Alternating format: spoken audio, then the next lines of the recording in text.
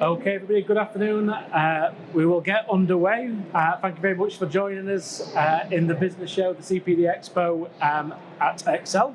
So my name's Tom Burton. I'm going to be going through how to unlock your business potential with apprenticeships and how they can unlock growth. So I'm the head of apprenticeship delivery and employer engagement at York St John University, and my role there is to engage employers and develop their organisational structures, but also their individuals, in ensuring that they've got the right skills and the right attributes for the future workforce needs. So we're going to look at first what is a skills gap, and you hear this constantly from politicians, you hear this constantly from experts, think tanks around skills. Skills gap, what is a skills gap? Well, actually there's an identifiable metric for working this out, and skills gaps are normally worked out on a scale of -100 to a +100, where individuals or universities have deficiency in certain attributes and certain skills. So there's a little graph on the slides here which talks about what group needs support and what needs skills. So if you're thinking about your own workforce and your own needs, often we see people that are in part-time roles or self-employed roles be the ones that really struggle with certain attributes. And they're defined really. You can almost see on the bottom you've got problem solving, planning and organisation, communication, collaboration, creative thinking, and informational literacy. Often the skills that are most deficient in employees are those around creative thinking, collaboration and problem solving, especially in the demographic of people that are self-employed or working part-time or unemployed. You can see the sort of scale going down off the cliff. So when you talk about skills gaps, you talk about what employers are seeking, really, it's identifying that not all of the workforce are entering with the right skill set that need to be supported. So certainly, when we're talking about how apprenticeships can help solve the skills gap, we're really looking to how we develop and support these particular attributes and skills. So now we know we've got a skills gap, how do we look at degree apprenticeships as a way of filling that skills gap? So if you're not familiar with the apprenticeship concept, it was launched in its current form in 2017 by the then Conservative government to revitalise really the apprenticeship sector and broadened its scope in terms of offering level 6 and level 7 apprenticeships and what are termed degree apprenticeships. So like most apprenticeships, degree apprenticeships are a combination of work and study. The prerequisite of an apprenticeship is that you are employed. You're employed from an organisation that is registered with the UK government, and you, alongside that work, you are studying your programme. Now, apprenticeship programmes range from level 2 up to level 7, and the hook for somebody undertaking an apprenticeship is that if your organisation has a payroll bill of over 3 million, that organisation is then taxed on that payroll in what's called the apprenticeship levy. The apprenticeship levy then can be used by your apprentices through their employer to pay for courses. So in the space of a degree apprenticeship, your employer will pay for your study, so no study fees. If your employer or you are the employer doesn't have a payroll of over 3 million, the government will co-invest with you to 95% of the cost of that apprenticeship. So either which way, if you're a SME or a large multinational, having apprenticeships as a route of supporting your workforce development is a really key opportunity to access this funding. And it's a very strong way for employers to upskill their workforce, particularly into higher education programs. So a real employer, real work while you're earning your degree. They are full degrees, so they're not degree light, they are not badged up MBAs, they're not qualifications that don't have validity. They're a full degree, often bachelors in science or bachelors in arts, and they run alongside the competency that's demonstrated through an apprenticeship. Of course, while you're studying, while you're working, you're getting that practical experience. So this is really where a graduate of a degree apprenticeship stands out from a traditional graduate of a degree, because they are working, they are gaining their experience alongside their qualification. So when they enter the job market or the work within an organisation, straight away you're having that 2 to 3 years of experience that a traditional undergraduate would not bring. And of course, I mentioned the employer funded, and this is key. So if you are an individual or an organisation who is looking to gain a higher qualification and are struggling to commit the time or commit the finances to it, a degree apprenticeship, because of its funding mechanism, is a really strong option.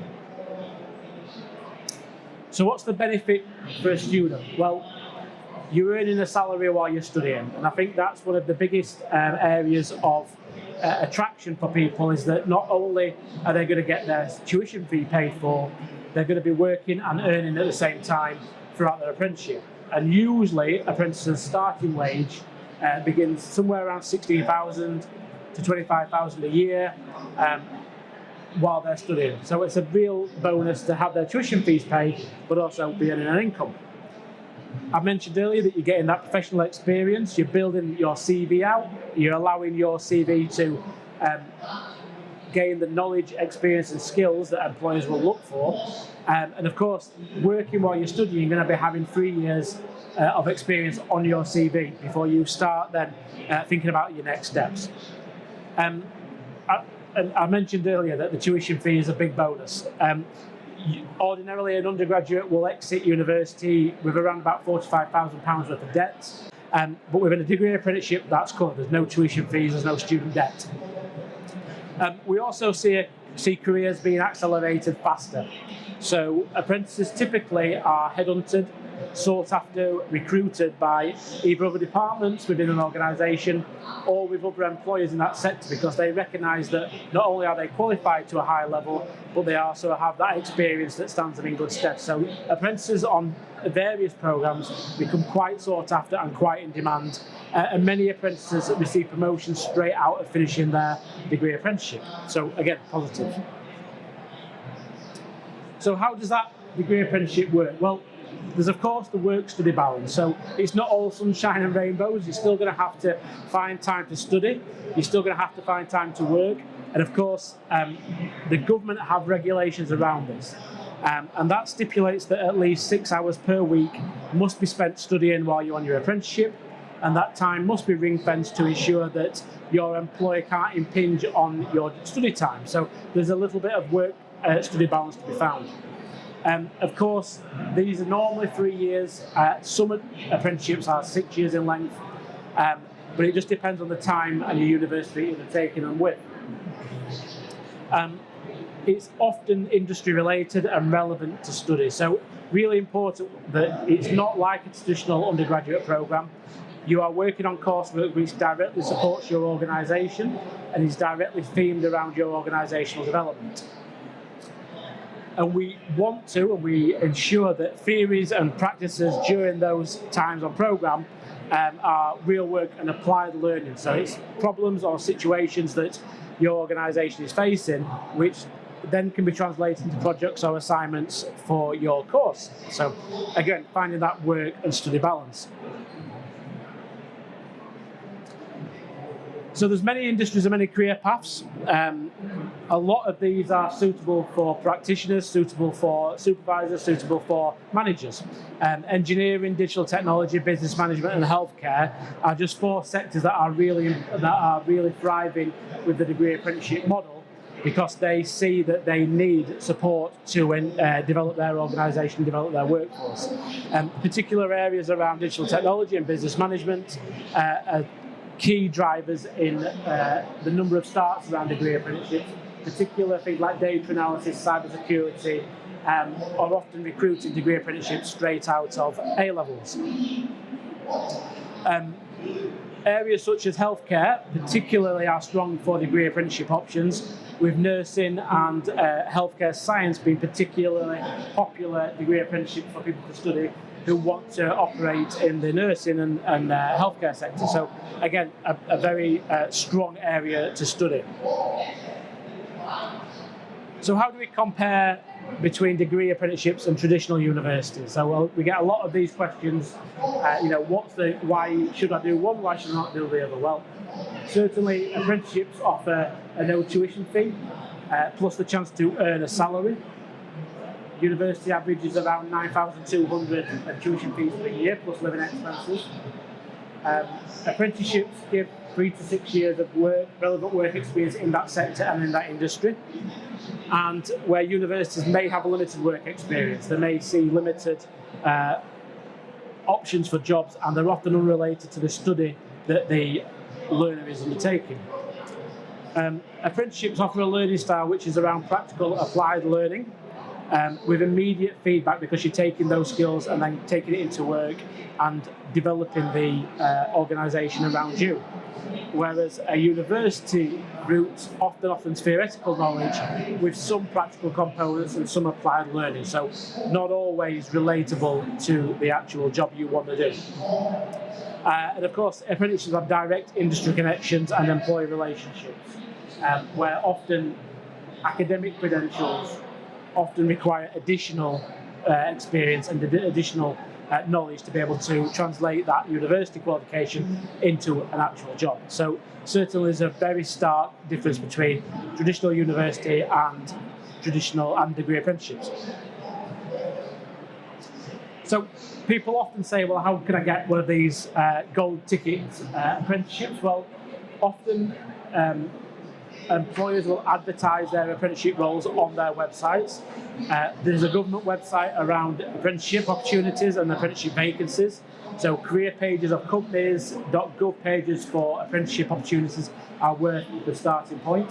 It is different from a traditional university application process. There's no real UCAS points, no real UCAS involvement around applications for a degree apprenticeship, but it is more akin to applying for a regular job. So there's something to consider there.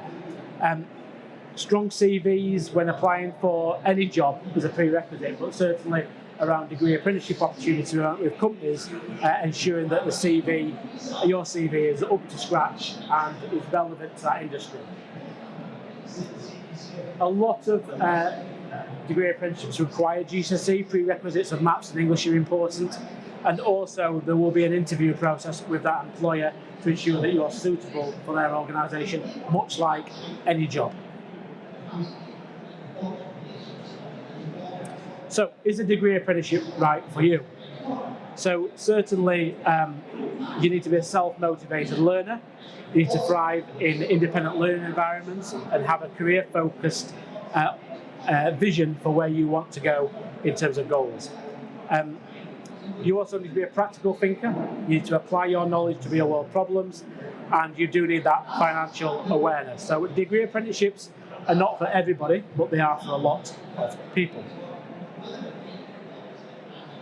So if you do want more information, please contact us. We've got our QR code to our website there, and our email and our social media, our LinkedIn, if you do want to connect with us. Scan the QR code and come and speak to us. We are on stand C454, which is just down the road here on the left. Please come and say hi.